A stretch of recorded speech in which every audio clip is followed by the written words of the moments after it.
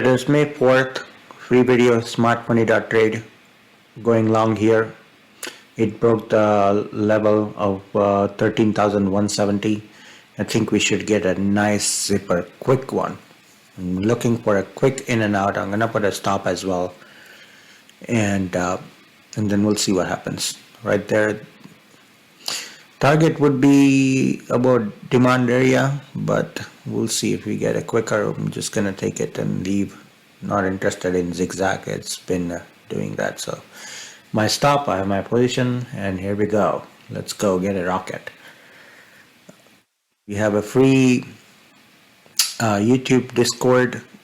On Discord, we alerted the Apple calls today. They are almost 70% up right now, and it's going up as well. So here we go. We're getting it nice little spike. I'm gonna take 1,000, 1,200, 1,500, wherever it comes. Not gonna wait, not gonna let it reverse on me. All right, YouTube, this is gonna be a quick one today. Thanks for watching, and here we go. I'm gonna get out. Okay, there you go, $1,200. May 4th. ICE Intercontinental Exchange.